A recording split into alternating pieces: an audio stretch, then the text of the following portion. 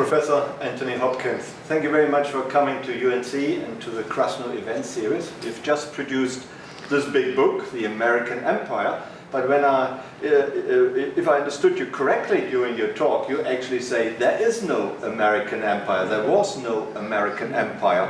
Why? Well, thank you for inviting me here and for the wonderful time I've had so far, which I'm sure will continue.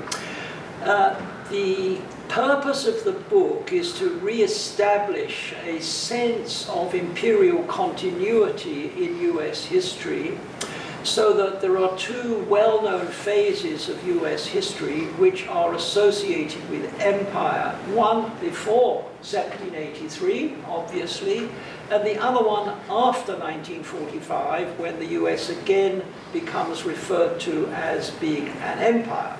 In the first case, it was a colony of a large empire. In the second case, it is said it became an empire in its own right.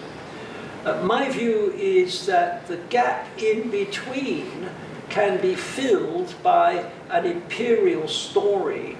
First of all, the need for the US to establish effective decolonization after 1783, to distance itself from the increasing influence of Britain. And that occupied a good deal of the century. And then secondly, from 1865 onwards, the United States was gearing up, as were other great states in Europe, to become a nation state and an industrial-based state. And that was a condition, not of necessity, but as it happened, for the US participating in the imperial rush of the late 19th century, which led to the creation of its insular empire in the Pacific and the Caribbean. And finally, after 1898, there is a whole untold story of how the United States ruled the empire it had acquired. And that story goes on down to the 1950s and 60s, when the components of that empire achieved either independence or incorporation, or had their colonial status resolved in one way or another. Thank you very much indeed. But let me play devil's advocate. As you know, most people, certainly the general population, but also many scholars, talk about the American empire after 1945. And there was indeed a huge alliance system, there still is, a huge economic and military power, there still is. And many people refer to it as a sort of empire, an informal empire, empire by invitation, yes. All sorts of adjectives are being used. But no one really doubts that it was some sort of empire. Now you say that is not correct. Why not? Yes, thank you. You're quite right. Of course, the term is widely used, but often with qualifications, an empire by invitation, a benign empire, and so on.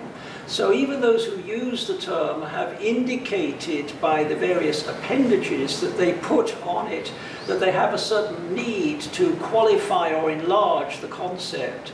And I think the problem there lies with the need, so many observers feel, to equate being a great power with being an empire.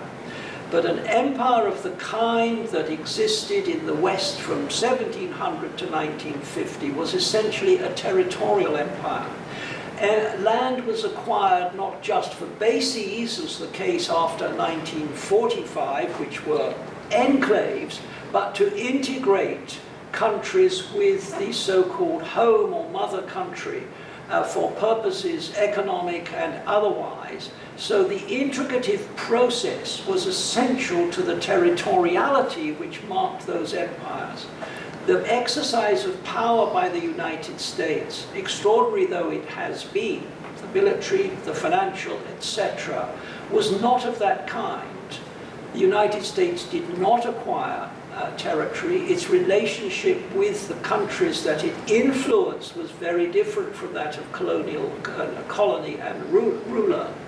And so we do, I think, need to distinguish that form of the exercise of power from the one that I'm referring to as imperial. And if we don't, if we call it an empire by invitation or a benign empire, we're opening the way to making comparisons with Britain, with France, with Portugal, and with Rome, which I think are invalid.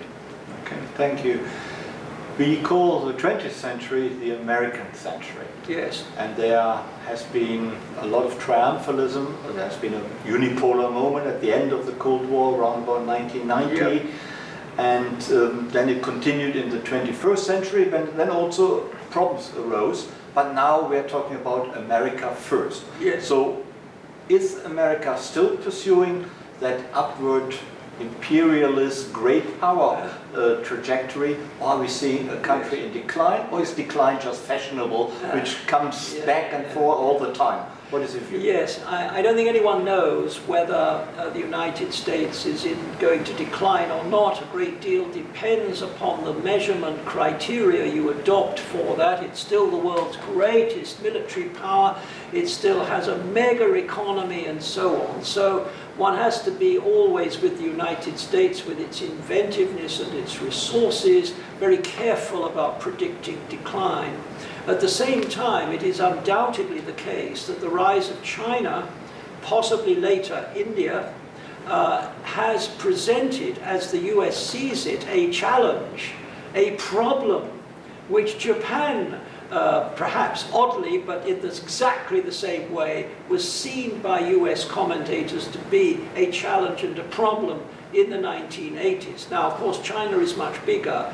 There is a sense in which the Chinese development is irreversible, and I think that the United States has to get on terms with that and to become a smart negotiator, looking for the benefits of expanded world trade and exchanges, rather than seeing this as a threat to the prosperity of the United States itself.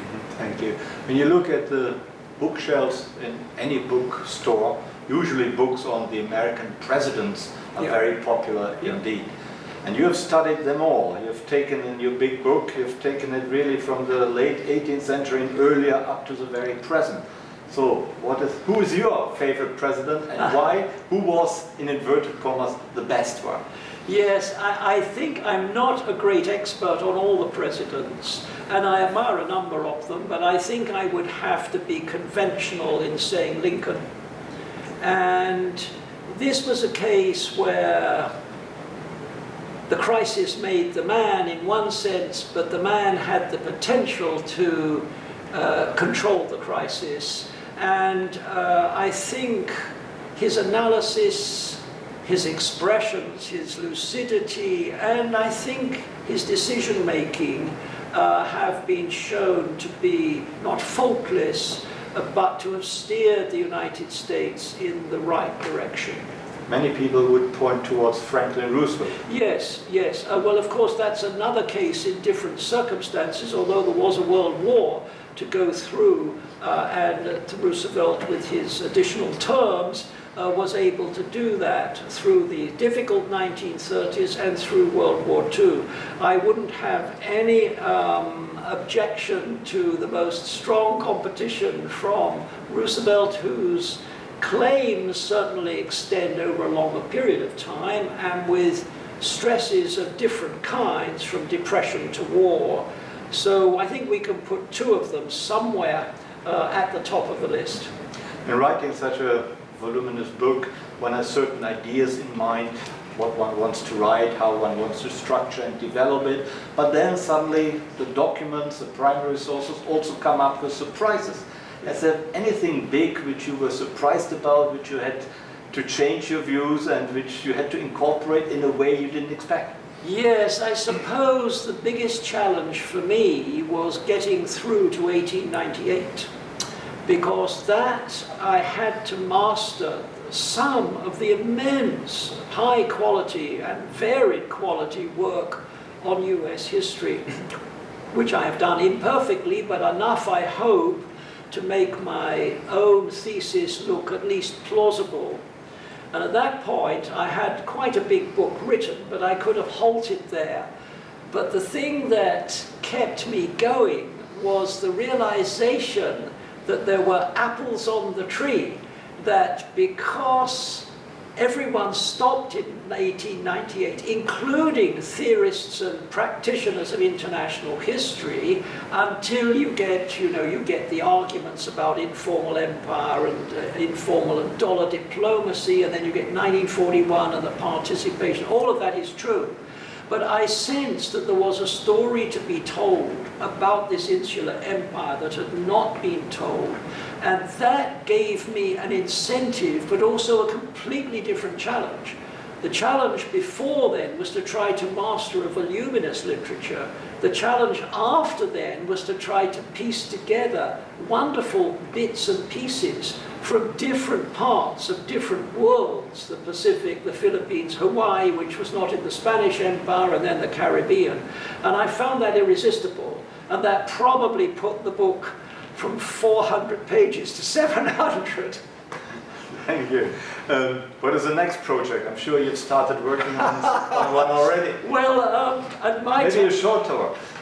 What I'm doing now, or about to do, as you said in introducing me, I have various lives as a historian, and one of them is in African history. And it so happens that African economic history, I think, is the most dynamic branch of economic history at the moment of any part of the world. And this is in contrast to several decades of neglect. And I have been going to write a second edition of my first synthetic book, An Economic History of West Africa, published, I'm afraid to say, in 1973, for decades. And something has come along to make me put it down. Now I'm picking it up again at a time when the subject is moving rapidly, and I'm actually already participating in print in several controversies about the new economic history of Africa. So I have an incentive, an opportunity, and new work to draw on. So I will be writing a second edition of that book beginning this summer. Well, thank you very much. Good luck, and thank you very much for your insights and for coming to see us here at the Krasno event series at UNC-Chapel Hill. Professor Anthony Hopkins, thank you very much. Thank you. It's been a wonderful experience, and I greatly appreciate the invitation. Thank you. More than welcome.